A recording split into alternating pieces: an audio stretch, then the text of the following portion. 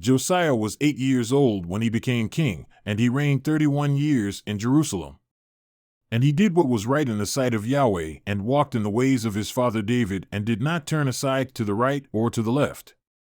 Now in the 8th year of his reign, while he was still a youth, he began to seek the God of his father David, and in the 12th year he began to cleanse Judah and Jerusalem of the high places, the Asherim, the graven images, and the molten images. And they tore down the altars of the Baals in his presence, and the incense altars that were high above them he cut in pieces. Also the Asherim, the graven images, and the molten images he broke in pieces and ground to powder and scattered it on the graves of those who had sacrificed to them. Then he burned the bones of the priests on their altars and cleansed Judah and Jerusalem.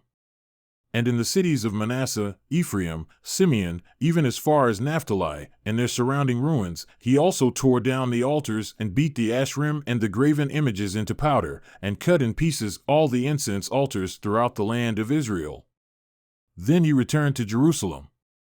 Now in the 18th year of his reign, when he had cleansed the land and the house, he sent Shaphan the son of Azaliah, and Maaseiah an official of the city, and Joah the son of Joahaz the recorder, to repair the house of Yahweh his God. And they came to Hilkiah the high priest, and gave him the money that was brought into the house of God, which the Levites, the doorkeepers, had gathered from the hand of Manasseh and Ephraim, and from all the remnant of Israel, and from all Judah and Benjamin and the inhabitants of Jerusalem. Then they gave it into the hand of those who did the work, who had the oversight of the house of Yahweh, and those who did the work, who were doing this in the house of Yahweh, used it to restore and repair the house. They in turn gave it to the craftsmen and to the builders to buy hewn stone and timber for clamps and to make beams for the houses which the kings of Judah had let go to ruin. And the men did the work faithfully with foremen over them to direct, Jahath and Obadiah, the Levites of the sons of Merari, Zechariah and Meshullam of the sons of the Kohathites, and the Levites, all who were skillful with musical instruments. They were also over those who carried loads, and directed all those who did the work from service to service, and some of the Levites were scribes and officials and gatekeepers. When they were taking out the money which had been brought into the house of Yahweh, Hilkiah the priest found the book of the law of Yahweh given by the hand of Moses. So Hilkiah answered and said to Shaphan the scribe, I have found the book of the law in the house of Yahweh. And Hilkiah gave the book to Shaphan. Then Shaphan brought the book to the king and furthermore responded to the king with a word, saying, Everything that was given to the hand of your servants they are doing.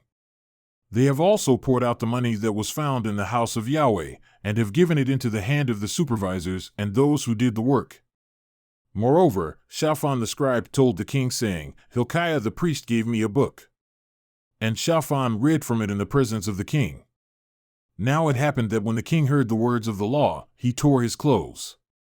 Then the king commanded Hilkiah, Ahikam the son of Shaphan, Abdon the son of Micah, Shaphan the scribe, and Josiah the king's servant, saying, Go, inquire of Yahweh for me and those who are left in Israel and in Judah, concerning the words of the book which has been found, for great is the wrath of Yahweh which is poured out against us, because our fathers have not kept the word of Yahweh, to do according to all that is written in this book.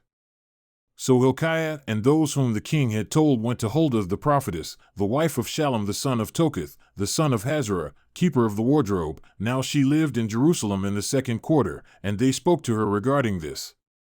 And she said to them, Thus says Yahweh, the God of Israel, say to the man who sent you to me, Thus says Yahweh, Behold, I am bringing evil on this place and on its inhabitants, even all the curses written in the book which they have read in the presence of the king of Judah. Because they have forsaken me and have burned incense to other gods that they might provoke me to anger with all the works of their hands, therefore my wrath will be poured out against this place, and it shall not be quenched.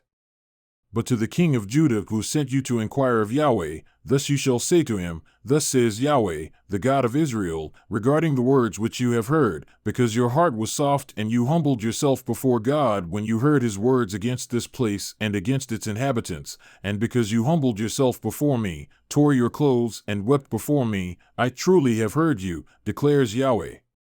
Behold, I will gather you to your fathers, and you will be gathered to your grave in peace, so your eyes will not see all the evil which I will bring on this place and on its inhabitants. So they brought back word to the king. Then the king sent and gathered all the elders of Judah and Jerusalem. And the king went up to the house of Yahweh, and all the men of Judah, and the inhabitants of Jerusalem, and the priests and the Levites, and all the people, from the greatest to the least, and he read in their hearing all the words of the book of the covenant which was found in the house of Yahweh. Then the king stood in his place and cut a covenant before Yahweh, to walk after Yahweh, and to keep his commandments and his testimonies and his statutes with all his heart and with all his soul, to do the words of the covenant that were written in this book. Moreover, he made all who were present in Jerusalem and Benjamin to stand with him. So the inhabitants of Jerusalem did according to the covenant of God, the God of their fathers. And Josiah took away all the abominations from all the lands belonging to the sons of Israel, and made all who were present in Israel to serve Yahweh their God. Throughout his lifetime they did not turn away from following Yahweh, the God of their fathers.